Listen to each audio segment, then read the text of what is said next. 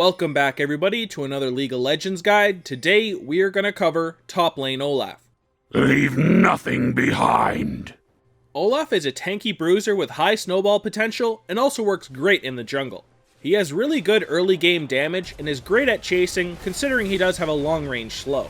This then also gives him his really strong poke, and if he is picking up axes, he reduces the cooldown on them by a very large margin. He then has an attack speed steroid on his W and his passive as long as he is on low HP, so if he is on low health, he's a very dangerous target. Then of course there is his very strong ultimate, which makes him a great anti-carry. He's not able to be CC'd during the duration, so he can get onto whatever target he wants, and if it is squishy, usually kill it. Now although he's a really good champion, he still doesn't actually have a gap closer, which is one of his cons. With our ultimate and either Ghost or Flash, we can usually make it to those targets, but it does take a longer duration than a normal champion. We then also have very little CC. The only thing we do have is on our axe, which is only a slow, and it must be landed. It is a skill shot. If we then don't have our ultimate or our summoner spell, we are extremely immobile. Getting through team fights and onto the targets we need to get onto will be really hard in these situations. For our first viable mastery page, we go 12 Ferocity and 18 Cunning, grabbing Thunderlord's Decree as our keystone mastery. Thunderlords is something that works relatively well on Olaf, because if he can land an axe and then an auto attack and follow it up instantly with an E, he will get off that Thunderlord's damage and it will do a nice chunk of damage on the target. This will be great for the lane phase. For our second mastery page, we go 18 Ferocity and 12 Resolve, grabbing Fervor of Battle as our keystone mastery. As we know, Olaf does have 2 attack speed steroids, so obviously Fervor is bound to work really well on him. If we are on low health and have our W activated, we'll be attacking insanely quickly and putting out a ton of damage even if we do go for a tanky build with the Fervor of Battle. Now of course you also have the option of going for an 18 Resolve build and grabbing Grasp of the Undying or Strength of the Ages, but I prefer going either Fervor or Thunderlords, so I didn't include that in this guide. For our runes, we go attack damage reds, armor yellows, 6 cooldown reduction blues and 3 magic resist blues, and attack damage quints. So as we already have different attack speed steroids, we obviously make better use of the attack damage, so we get those for reds and quints. Armor is then usually something you pretty much always want on top lane if you are against an AD at least, so of course we pick that up for our yellows. Now as Olaf, we generally only really get CDR from our Black Cleaver and a Spirit Visage, so that's only 30%. So we of course pick up an extra 5% at least from some blue runes. With the other 3, we of course get a little bit of magic resist. For our first summoner spell, you'll want some sort of ability, so you choose either Ghost or Flash. Flash is of course always a great pick on any champion because it can be useful for instantly closing a gap on a target, or of course hopping over walls. Ghost is then really strong in team fights since you'll be able to run through them with your ultimate activated and get onto whatever target you want. For the second summoner spell, you'll want either Teleport or Ignite. Teleport is great if you plan on split pushing for a lot of the game since you'll be able to make it to team fights and objectives. It's then also great to get back to lane if you are against a hard matchup and you do get pushed out. Ignite, on the other hand, will add a lot of kill pressure in your lane. This is a great pick if you're looking to get snowballing in your 1v1 lane. Now we're going to cover each of your abilities, starting with your passive, Berserker Raid. So very simply, you will gain 1% bonus attack speed per 1% of your missing health. So this is a passive way of getting an attack speed steroid. To get even better use out of this passive, I like to wait until I'm really low health and then activate my W. I will then of course attack even faster, but I'll also get a bunch of lifesteal. This means with these 2 abilities combined, I'm going to have a ridiculous amount of attack speed and be gaining a lot of life back, and usually will be really hard to kill even if I was on really low HP. This can be a really strong passive, especially if it is combined with your W. Now for your main ability, your Q, Undertow. This is your axe that deals damage in a line and slows them for up to 1.5 to 2.5 seconds based on the distance the axe traveled. It then has a 100% bonus AD ratio, making it great for poking and clearing minion waves since it does damage to everything in the line. The axe then remains at the target location until Undertow becomes available again. However, you can also pick up the axe to reduce Undertow's cooldown by 4.5 seconds. It will then also stick to the side of terrain. So yeah, this is a really solid ability, and now we max this one first. Ever since they kinda killed Olaf's E all those seasons ago, we've been maxing our Q. It deals a massive amount of damage, and as long as we can keep landing it and picking it up, we can permanently slow people and stick onto them. When we are needing to push the lane, we can shoot these through minions over and over again until they're completely gone and push that lane. Now let's take a look at our W, Vicious Strikes. For 6 seconds, Olaf gains bonus attack speed, lifesteal, and 0.5% enhanced health restoration from all sources per 1% of his missing health. The bonus attack speed is a whopping 40 to 80%, and the lifesteal is up to 22% as well. So to get the most use out of this ability, we wait until we have a little bit of health missing, so we do get more from it. If we were at, say, 50% health, we'll get 50% attack speed from our passive already, and if this is level 2, it'll give another 50, giving us 100% attack speed. Since we get a black cleaver in our build, we'll be able to get off those attacks really quick and shred armor. We'd then of course get all of that lifesteal as well, and be really hard to bring down. Even though Olaf is a rather tanky target, and we do build full tank besides 1 or 2 items, he can do devastating damage with his W and passive. But now let's look at our E ability, Reckless Swing. This is an ability that deals true damage to the target enemy, and it deals up to 250 base plus 40% AD.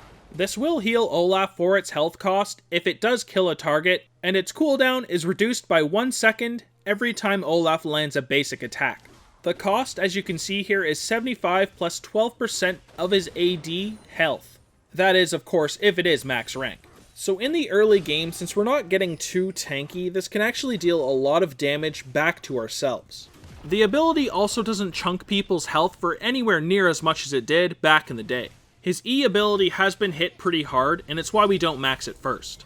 When this ability was in its prime, Olaf only had to trade by walking up to the enemy, using an E, and walking back until he had it again, and then hit the enemy with another E.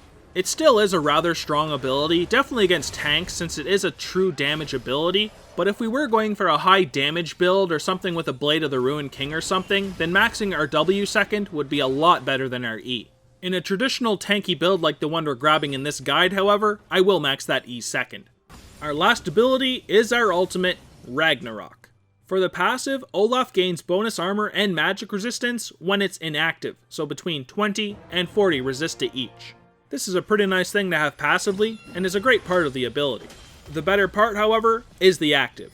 Olaf removes all disables from himself and becomes immune to them for the next 6 seconds. He then also gains bonus AD for that duration as well, which is between 40 and 80 AD. For the first second of Ragnarok, he will then also gain bonus movement speed when moving towards nearby visible enemy champions, and this will be up to 70%. So this ability is incredibly strong, and without it, Olaf would be pretty damn garbage. The main uses for this ability are escaping ganks, and of course team fights. When you are getting ganked, you can simply activate this, you will not be able to be CC'd for 6 seconds, and just walk away since you are very tanky. In team fights, of course, you can activate this to not be CC'd and get onto the target that you want. And if you do need to activate Ghost or Flash or anything like that in the process, make sure you do that so you can delete that target. For our skill order, we of course grab a point into our ultimate whenever we can, meaning 6, 11, and 16. Then we focus on maxing our Q for all of its nice poke and minion clearing. We then focus on maxing our E second, as it will be relatively nice on those tanky targets we'll usually be fighting in the top lane. Then last but not least is our W ability. I am a big fan of this ability, but it is not as good at trading in the top lane as our Q and E, so we have to leave this one till last, but I do grab 1 point in it at level 4. In the early game, focus on last hitting and try to harass your opponent with your undertow. If you know you'll come out ahead if you go in for auto attacks, then do so with your Vicious Strikes activated. Of course, you also have your combo of using your undertow, using 1 auto attack and following it up with an E to get off that Thunderlords if you did take that Mastery. Now if you went for an aggressive summoner setup like Ignite plus Ghost, you'll want to wait till level 3 to go all in. Make sure you land your undertow, then activate Ghost and activate your W Vicious Strikes when you're on the target. You can then follow up with a Reckless Swing and then ignite your target when he is low enough. Now on the skill order page, I said don't take your W until level 4, but if you were playing a really aggressive like this, then you may want to take it at level 3 and only have 1 point into your Q. When playing more traditionally, I like to have 2 points into my Q at level 3. But anyways, if you are in a tough lane matchup, you'll want to focus on getting whatever CS you can and then back and buy something defensive and TP back to lane so you can actually sit there in CS.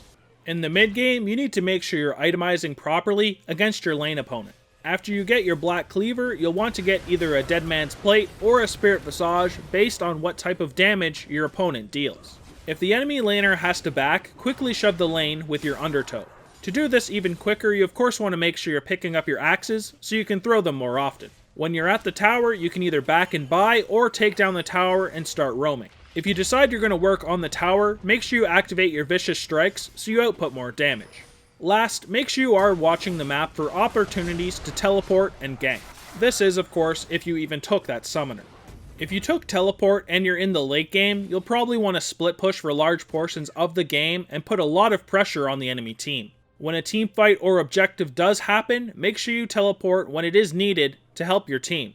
In late game team fights, you're going to have two different options. The first one is to peel for your carries, and the second is to dive into the back line and kill their carries. If you're doing the second, it's also a great way to soak a bunch of damage, as they're probably going to target the Olaf that's in ultimate running at your face.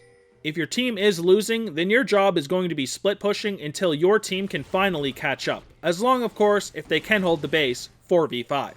Tryndamere is our first hard matchup. In the early game we're going to be able to bully him, but later on he'll do a lot more damage than us and win trades. The best you can do is work on getting some early armor as fast as you can and don't die to his level 3 cheese if he did take Ignite and Ghost. For our second matchup, we have Trundle.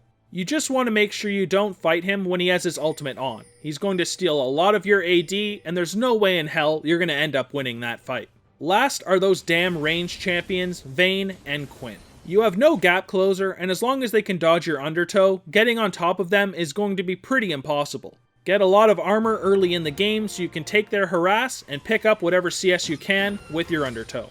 For our last section here, we have our item build, and it starts with either a Corrupting Potion and a Warding Totem, or Doran's Shield, Health Potion, and a Warding Totem. If you're in either an easy to win or a rather even matchup, I do prefer the Corrupting Potion. It can add a lot to your trades. If, however, you are in a rather hard matchup and you're going to be poked a lot, like if you are against a Quinn or something, then having the Doran's Shield will add a lot more sustain for you in that top lane.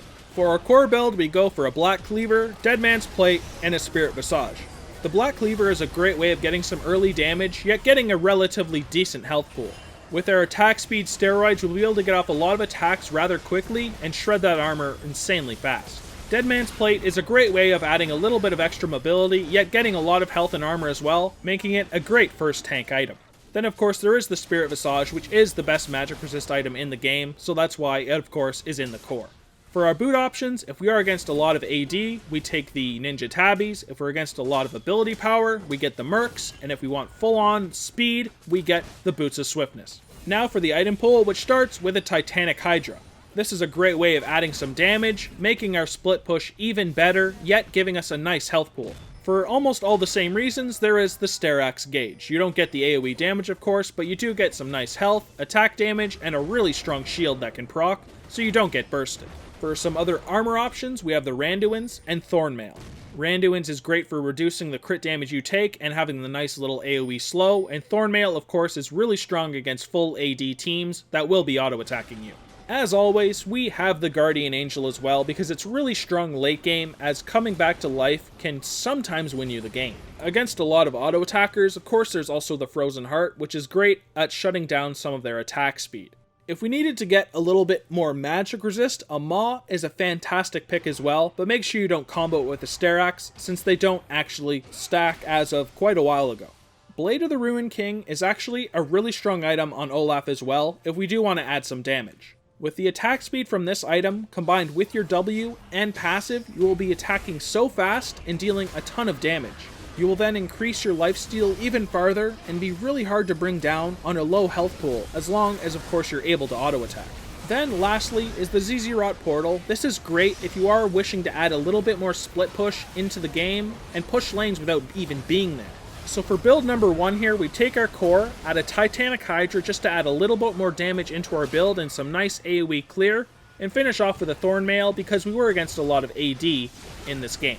For full build number 2, we were against a lot more ability power in this game, so we took our core, added a Maw, and then a Guardian Angel. So that covers everything I've got on top lane Olaf. If you guys enjoyed the guide, please thumb it up, and if you really liked it, please subscribe. For a nice list of all of our champion guides, you can go to our website, egamingtv.com, and you can also follow us on Twitter at egaming_TV, which is where we do our skin giveaways. I'm also working on co-hosting a podcast called The Summoner Circle. If you are interested in applying to be on that, you can also see that in the video description. Other than that, thank you guys a ton for watching, and I will see you guys in the next champion guide. Peace!